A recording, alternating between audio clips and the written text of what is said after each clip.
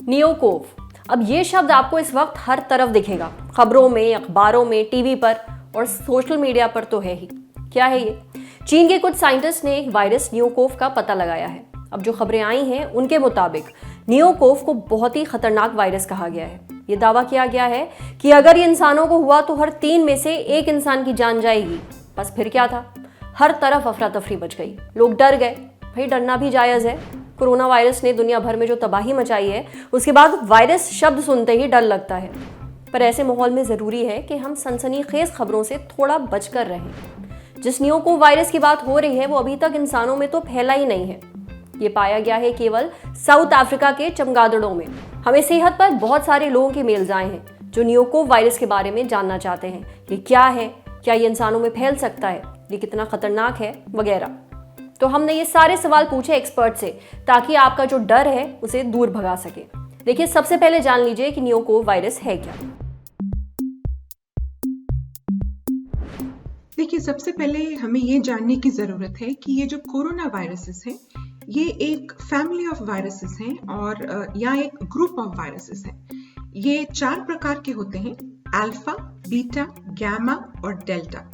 Alpha और beta जो viruses हैं वो मुख्यतः मनुष्यों में और चमगादड़ों में पाए जाते हैं, और जो गामा और डेल्टा है ये पक्षियों में पाए जाते हैं।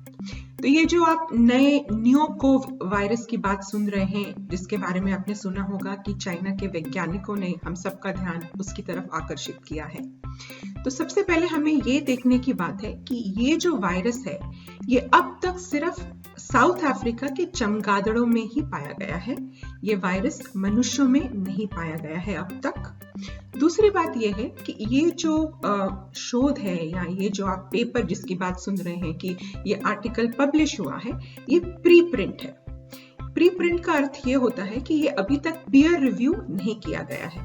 तो ये जो आर्टिकल है, जब हम कहते हैं कि प्री प्रिंट है या पीयर रिव्यू नहीं किया गया है, तो पीयर रिव्यू का मतलब ये होता है कि दूसरे वैज्ञानिकों ने या दूसरे और रिसर्चर्स ने इस पर अभी ज्यादा जांच परख नहीं की है कि इस तरीके का उनका अनुमान जो है वो कितना सही आगे में साबित हो सकता है।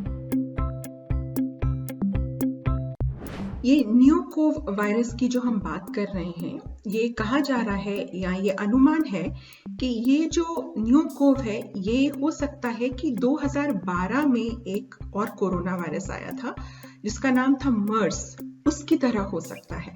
तो ये जो मर्स कोरोना वायरस था, या इससे हम मिडिल ईस्टर्न रेस्पिरेटरी सिंड्रोम भी कहा जाता है, ये ज्यादा खतरनाक इसलिए था क्योंकि उसकी जो मोर्टालिटी रेट थी वो 30% के आसपास थी। यानी कि 3 मनुष्यों में अगर हो रहा है तो 1 की जान चली जाती थी। लेकिन ये जो मर्स वायरस था ये कभी भी पैंडेमिक नहीं बन पाया। ये हमेशा एक क्षेत्र में रहकर फिर खत्म हो गया। ये मनुष्य में बीमारी फैलाने के लिए DPP4 रिसेप्टर का इस्तेमाल करता था। अब चाइना के वैज्ञानिकों का ये दावा है कि ये जो नियोकोव वायरस है ये बीमारी तो फैलाएगा मर्स की तरह, लेकिन रिसेप्टर यूज करेगा कोविड-19 की तरह, जैसे कि ACE2 रिसेप्टर जो कोविड-19 यूज करता है। तो ये पैंडेमिक बन सकता है। लेकिन हमें ये भी ध्यान रखना है कि ये जो नियोकोव है ये अभी तक ACE2 रिसेप्टर जो है वो सिर्फ चमगादड़ों में ही इस्तेमाल कर रहा है। मनुष्य में इस तरीके की कोई रिपोर्ट अभी तक नहीं आई है। मनुष्यों में ACE2 रिसेप्टर का इस्तेमाल करने के लिए वायरस का म्यूटेशन होना जरूरी है। अब हमें ये देखना है कि पहली बात तो ये म्यूटेशन होगा कि नहीं होगा, पहली बात तो ये है। और अगर होगा तो कब होगा, और अगर होता भी है तो उसमें जो बीमारी फैलाने की जो क्षमता है वो कितनी होगी। तो ये हम कोई नहीं कह सकता कि ये म्यूटेशन पहली बात तो होगा, अगर होगा भी तो कब हो सकता है। हो सकता है कल हो सकता है 10 सालों बाद हो सकता है कभी भी ना हो। तो हमें इस तरीके की जो सनसनीखेज जो हम आजकल देख रहे हैं कि बहुत सारी रिपोर्ट्स आ रही हैं, उन पर आपको पता होना चाहिए, पर उस पर पैनिक ना करें। पैनिक करने की इस पर कोई ज़रूरत नहीं है, क्योंकि जब से कोविड-19 का पैंडेमिक आया है, वायरसेस पर बहुत शोध हो रही है और बहुत इंटरेस्ट भी है इस फील्ड में। तो इस तरीके की रिपोर्ट्स या इस तरीके की अनुमान आगे भी आते रहेंगे। हमें ये ध्यान रखना है कि इस तरीके के अनुमान पर हमें पैनिक नहीं होना चाहिए, बल्कि जो वायरस अभी हमारे बीच में है, यानी कि कोविड-19 का वायरस, उसके खिलाफ हम अपने आप को कैसे बचा सकते हैं या कैसे सुरक्षित रख सकते हैं। अपना वैक्सीनेशन कीजिए, बूस्टर लीजिए, मास्क पहनिए, फिजिकल डिस्टेंसिंग करते रहिए और जहां बहुत ज्यादा भीड़ भाड़ वाले इलाके हैं वहां ना जाएं। पैनिक बिल्कुल ना करें। हमें ये बात ध्यान रखनी चाहिए कि ये जो वायरस है या न्यूकोव वायरस की जो बात हो रही है, ये अब तक सिर्फ चमगादड़ों में ही पाया गया है, ये मनुष्यों में नहीं पाया गया है। तो अगर ये मनुष्यों में होता है तो ये किस तरीके के इसके लक्षण होंगे, ये सिर्फ इनका अनुमान लगाया जा सकता है। पेपर में ये कहा गया है कि ये मिडिल ईस्टर्न रेस्पिरेटरी सिंड्रोम, जो कि मैंने आपको पहले भी बताया कि 2012 में इस तरीके का वायरस आया था, तो इस तरीके के लक्षण उसमें हो सकते हैं। और ये जो कोरोना वायरसेस का जो ग्रुप होता है, ये ज्यादातर हमारी श्वसन प्रणाली या जो रेस्पिरेटरी सिस्टम है उसको अफेक्ट करता है। तो आप समझ सकते हैं कि वही सर्दी, जुकाम, खांसी, हेडेक, बॉडी एक, नज़ला और फिर सीवियर केसेस में निमोनिया और फिर दूसरे ऑर्गन्स इन्वॉल्व हो सकते हैं। पर ये सब सिर्फ अनुमान है, क्योंकि ये वायरस अभी तक मनुष्यों में नहीं पाया गया है। देखिए, ये जो न्यूकोव वायरस की बात हम कर रहे हैं, ये तो अब तक सिर्फ चमगादड़ों में ही पाया गया है। तो ये म्यूटेशन होगा और मनुष्यों में अगर जंप करता है, तो उसके बाद अगर मनुष्यों में जब जंप करेगा तो फिर उसका जीनोमिक सीक्वेंसिंग होगा। उसके बाद ही हम बता सकते हैं कि ये ओमिक्रॉन से कितना विपरीत है या डेल्टा से कितना विपरीत है या उनमें क्या समानताएं हैं। उसी तरह वैक्सीन्स हैं या इलाज जो है वो, जैसे कोविड-19 जब आया था, धीरे धीरे वैक्सीन्स भी बनी, धीरे धीरे इलाज भी आ गया। तो उसी तरह अगर ये म्यूटेशन होता है, भगवान करे ये म्यूटेशन कभी भी ना हो और हो सकता है ना हो, तो उस तरह उस समय हमें पता चलेगा कि वैक्सीन्स काम करेंगी कि नहीं और इलाज कितने दिनों में संभव हो सकता है।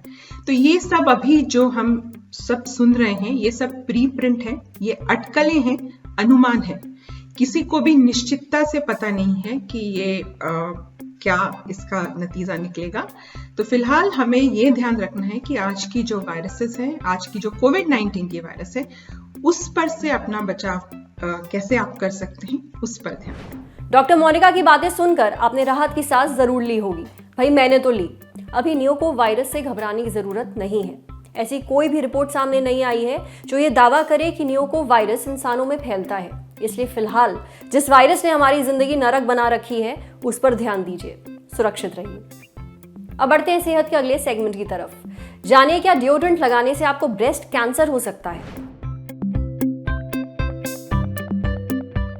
ज्यादा डिओड्रेंट मत लगाओ, ब्रेस्ट कैंसर हो जाएगा।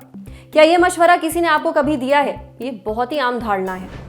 अगर आप गूगल पर टाइप करिए कि क्या डिओड्रेंट लगाने से ब्रेस्ट कैंसर होता है, तो आपको भतेरी जानकारी मिलेगी। अब इसमें से ज्यादातर बिना तर्क, बिना सिर पैर की बातें हैं। यही सवाल हमसे पूछा लल्लन टॉप की एक व्यूअर नम्रता ने। उन्होंने कई लोगों से इस बारे में सुना है और वो चाहती हैं कि हम एक्सपर्ट से बात करके इसकी सच्चाई उन्हें बताएं।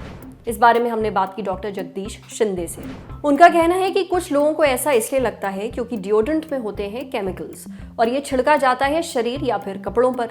अब धारणा ये है कि स्किन के संपर्क में आने से ब्रेस्ट के सेल्स को नुकसान पहुंचता है और कैंसर हो जाता है।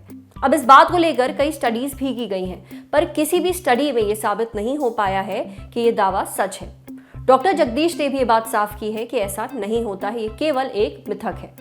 ब्रेस्ट कैंसर स्तनों में बनने वाली गांठ के कारण होता है, पर ब्रेस्ट में होने वाली गांठ दो तरह की होती है। एक होती है नॉन कैंसरस, इसको दूध की गांठ भी कहते हैं।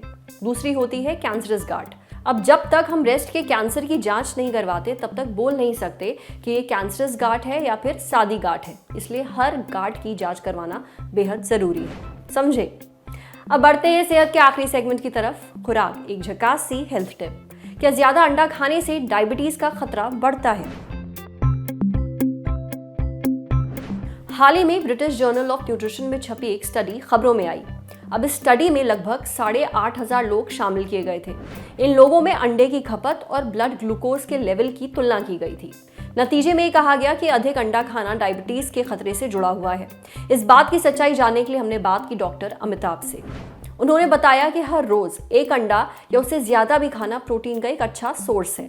अगर आप अंडे खाकर एक्सरसाइज नहीं करते हैं या एक्टिव नहीं रहते हैं तो आपका वजन बढ़ सकता है। वजन बढ़ने के बाद वैसे भी डायबिटीज का खतरा बढ़ जाता है, लेकिन ऐसा कोई भी लिंक नहीं है कि अंडा खाने से डायबिटीज हो जाता है। डाइटिशियन श्रेया बताती हैं कि ज्यादा अंडे खाने से कोलेस्ट्रॉल बढ़ सकता है, पर अगर हम एक दिन में 2 अंडे खाएं और उसमें भी केवल एक अंडे का पीला हिस्सा रखें तो हमें गुड कोलेस्ट्रॉल बढ़ाने में मदद मिलती है। एक अंडे में 6 से 7 ग्राम प्रोटीन मिल जाता है। अगर उसका पीला हिस्सा निकाल देते हैं तो ये प्रोटीन 4 ग्राम रह जाता है। इसलिए एक अंडा पूरा खा सकते हैं और दूसरा अंडा बिना पीले हिस्से के खा सकते हैं। आमतौर पर यह देखा जाता है कि अगर ऑमलेट, उबला अंडा, चिकन, मीट ये सब डाइट का हिस्सा हो तो डायबिटीज या फिर कोलेस्ट्रॉल का खतरा बढ़ सकता है। अगर हम अंडों के साथ 70% फाइबर रखें तो अंडे से नुकसान नहीं है, मतलब अंडे के साथ खूब सारी सब्जियां और फल भी खाएं। श्रेया कहती हैं कि प्रोटीन के साथ सलाद खाना बहुत जरूरी है। टिप यह है कि अगर आप 2 अंडे खा रहे हैं तो साथ में 1 प्लेट सलाद भी खाएं, या फिर आप वेजिटेबल ऑमलेट बना के खा सकते हैं। आज सेहत पर इतना ही। अगर आप एक डॉक्टर हैं, हमसे कुछ शेयर करना चाहते हैं तो जो ईमेल आईडी इस वक्त आपको अपनी स्क्रीन पर दिख रही है उस पर हमें एक मेल भेज दीजिए। ये वीडियो फेसबुक पर देख रहे हैं तो हमारे फेसबुक पेज को लाइक करिए, यूट्यूब पर देख रहे हैं तो हमारे चैनल को सब्सक्राइब करिए, बेल आइकन पर जरूर क्लिक कर दीजिए ताकि जब भी हम कोई नया वीडियो अपलोड करें तो उसका नोटिफिकेशन आप तक सबसे पहले पहुंचे। शुक्रिया।